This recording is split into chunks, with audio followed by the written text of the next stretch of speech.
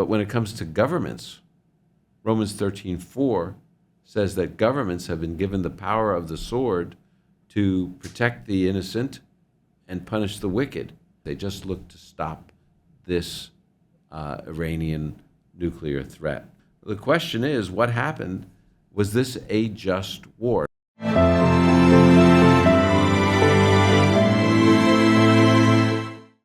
In June, Israel fought the 12-day war, as it's been called, with Iran to deal with the nuclear facilities. The United States entered in at the end to bomb the areas where Israeli jets could not reach. The question is, this seemed to be, according to some, an utterly unprovoked, unbiblical war. According to the Bible, self-defense is permitted. In Exodus 22:3, when it talks about a thief breaking into one's home, a person is permitted to defend themselves and their family. In the New Testament, the Lord, when he sent his disciples out, he told them to take a sword. You don't take a sword just for show.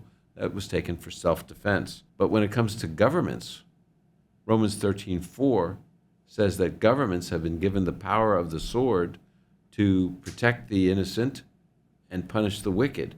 And so there's a legitimate biblical reason for self-defense in going to war. So the question is, what happened?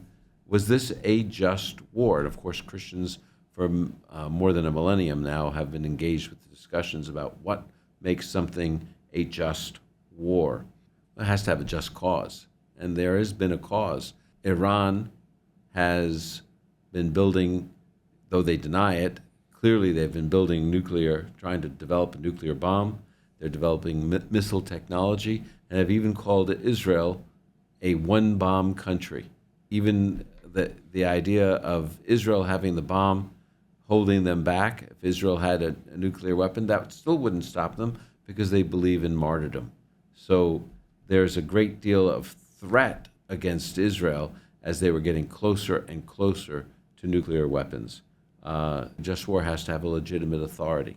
You can't have militia groups or something like that starting a war like Hezbollah or Hamas. What you need is a governmental authority. It's the government that's been given the power of the sword. Obviously, Israel was a government that began that. It must be last resort. Israel has been trying its best to get, and the United States has been trying very hard to get Iran to abandon its nuclear program. However, it was getting so close that it was just weeks away that they would be able to arm a nuclear weapon.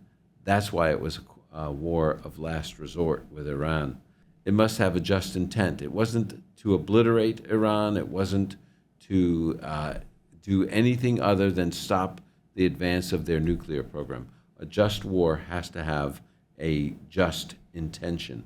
A war also, if it's going to be just, must be fought according to the rules of war. It must be fought justly. One of the things that Israel did in this war is they targeted those who were carrying out the nuclear science under the government. They were, in a sense, becoming combatants, and they targeted the military of Iran.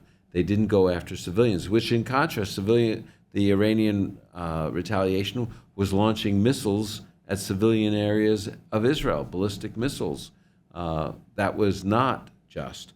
A war has to be fought justly, and that's what Israel did. And then a just war should be proportionate. What that means is not that there needs to be the same number of casualties on one side as the other. That's what a misunderstanding of proportionality in war is. Proportionality means proportionate to achieving the objective. Let's say the war could be won by a certain number of casualties, but people are angry, and so they have a lot more casualties. They kill as many as they can. That would be disproportionate. Rather, the goal has to be to have as few casualties as possible to achieve the objectives of the war. That is indeed what Israel did in this war. They didn't look to have civilian casualties or massive casualties. They just looked to stop this Iranian nuclear threat. I think that it's important when we look at this. Why would Israel do this? Well, I think the answer comes from Nobel laureate Elie Wiesel. Elie Wiesel once said, when asked what was the lesson of the Holocaust, he said, the lesson of the Holocaust is that when someone tells you that they want to destroy you, that they want to kill you, you must believe them. And as many times as Iran cried out, death to Israel, death to America, death to the great Satan is America, death to the little Satan. Given the opportunity to have nuclear weapons, it is really clear that Israel needed to believe them. And I think it's really significant, by the way, that Iran wasn't developing just ballistic missiles that could reach Israel. They were working on ballistic missiles that could reach the United States of America.